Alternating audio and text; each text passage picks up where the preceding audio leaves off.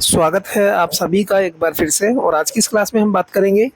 मैं काफ़ी दिनों से सोच रहा था कि मैं राजस्थान करंट के लिए आपके लिए क्लास लेकर के आऊँ, राजस्थान करंट से संबंधित।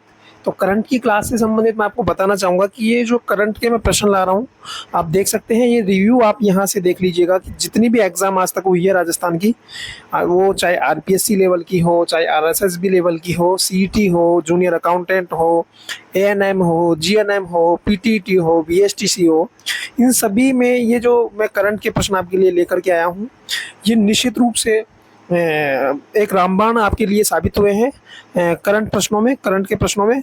और इसी वीडियो के माध्यम से मैं आपको डेली अब करंट की क्लासें अवेलेबल करवाऊंगा इसी यूट्यूब चैनल पर। और उससे मेरा खुद का भी करंट का रिवीजन होता रहेगा और आप साथ में आप भी इसको पढ़ते रहिएगा।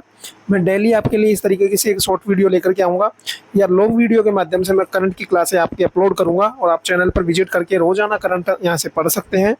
और जो कि ये जो आपकी करंट होगी, ये सूरज जो करंट पत्रिका आती है उस पर ये आधारित होगी और उसका मैं डेली का सेगमेंट आपके लिए लाऊंगा। जैसे आज 26 जून है, तो आप देख लीजिएगा 26 जून का करंट का सेगमेंट, ये 26 जून का है, तो मैं 26 जून वाला करंट का सेगमेंट आपके सामने लेकर के आया हूँ और आप इसको पढ़ सकते हैं। तो शुरू करते हैं हम आज से करंट की क्लासों को। अब आप ध्यान रखिएगा कि रोजाना आपकी इसी यूट्यूब चैनल पर क्लास होगी और वो राजस्थान करंट से संबंधित होगी और वह मैं इस तरीके से आपके लिए स्लाइड बना करके लाऊंगा और आपको मैं आंसर बताऊंगा और आप उसको पढ़ते जाइएगा रेगुलरली, ठीक है। तो शुरू करते हैं। पहला ही प्रश्न हमारा है कि औपनिवेशिक प्रतीकों को हटाकर भारतीय मूल्यों को स्थापित करने के उद्देश्य से केंद्रीय सचिवालय का नया नाम क्या रखा गया है, वो आपको बताना है। जिसमें सेवा तीर्थ है, लोक भवन है, कर्तव्य भवन है, भारत भवन है। इसमें आपका जो सही आंसर होगा वो कर्तव्य भवन होगा। कौन सा होगा? कर्तव्य भवन होगा। इसके बाद में हम चलते हैं प्रश्न नंबर 2। खाटू श्याम जी के लाखों श्रद्धालुओं के सफर को आसान बनाने के लिए, खाटू श्याम जी आने वाले लाखों भक्तों के सफर को आसान बनाने के लिए केंद्रीय रेल मंत्री ने सीकर जिले के किसी स्थान पर नया रेलवे स्टेशन विकसित किया है। तो आपको ध्यान रखना है, सुंदरपुरा गांव है, एक सुंदरपुरा है, वहां नया रेलवे स्टेशन विकसित किया गया है। इसके बाद में हम तीसरा प्रश्न पढ़ते हैं। वेस्टर्न डेडिकेटेड फ्रंट कॉरिडोर का कितना हिस्सा राजस्थान से होकर गुजरता है? तो आपको ध्यान रखना है 567 किलोमीटर का जो हिस्सा है वो राजस्थान से होकर गुजरता है। हमने अब तक 3 प्रश्न पढ़े हैं। पहला हमने पढ़ा है औपनिवेशिक प्रतीकों को हटाकर भारतीय मूल्यों को स्थापित करने के उद्देश्य से केंद्रीय सचिवालय का नया नाम कर्तव्य भवन है, जो कि हमने अभी अभी पढ़ा है।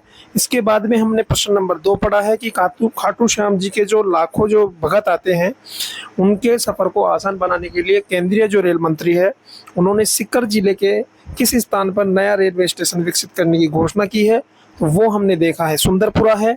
इसके बाद में हमने तीसरा प्रश्न जो पढ़ा वो हमने पढ़ा था अभी जस्ट कि वेस्टर्न डेडिकेटेड फ्रंट कॉरिडोर का कितना प्रतिशत जो हिस्सा है वो राजस्थान से होकर के गुजरता है। तो हमने देखा था 567 किलोमीटर का जो हिस्सा है वो राजस्थान से होकर के गुजरता है। अब प्रश्न नंबर 4 हमारे सामने है, ये देवास बांध का जो काफी सारा पहले भी ये प्रचलन में रहा है ये प्रश्न, और इसमें से अब करंट का प्रश्न बन सकता है आपके लिए, जो कि ये है कि देवास तृतीय और देवास चतुर्थ पेयजल परियोजना का संबंध राजस्थान के किस जिले से है?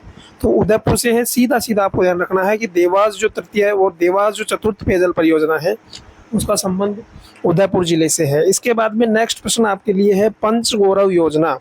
पंचगौरव योजना में एक जिला उत्पाद के तहत अजमेर जिले का उत्पादन कौन सा है? तो आपको याद रखना है ग्रेनाइट और मार्बल के उत्पादन में अजमेर जिले का उत्पाद ग्रेनाइट मार्बल के उत्पादन में है। ये बात आपको यहाँ से ध्यान रख लेनी है। तो हमने 5 प्रश्न आज करंट के आपके लिए बनाए हैं और 5 प्रश्नों में हमने सूजस का पहला प्रश्न हमने पढ़ा कि औपनिवेशिक प्रतीकों को हटाकर भारतीय मूल्यों को स्थापित करने के उद्देश्य से केंद्रीय सचिवालय का नया नाम कर्तव्य भवन रखा गया था।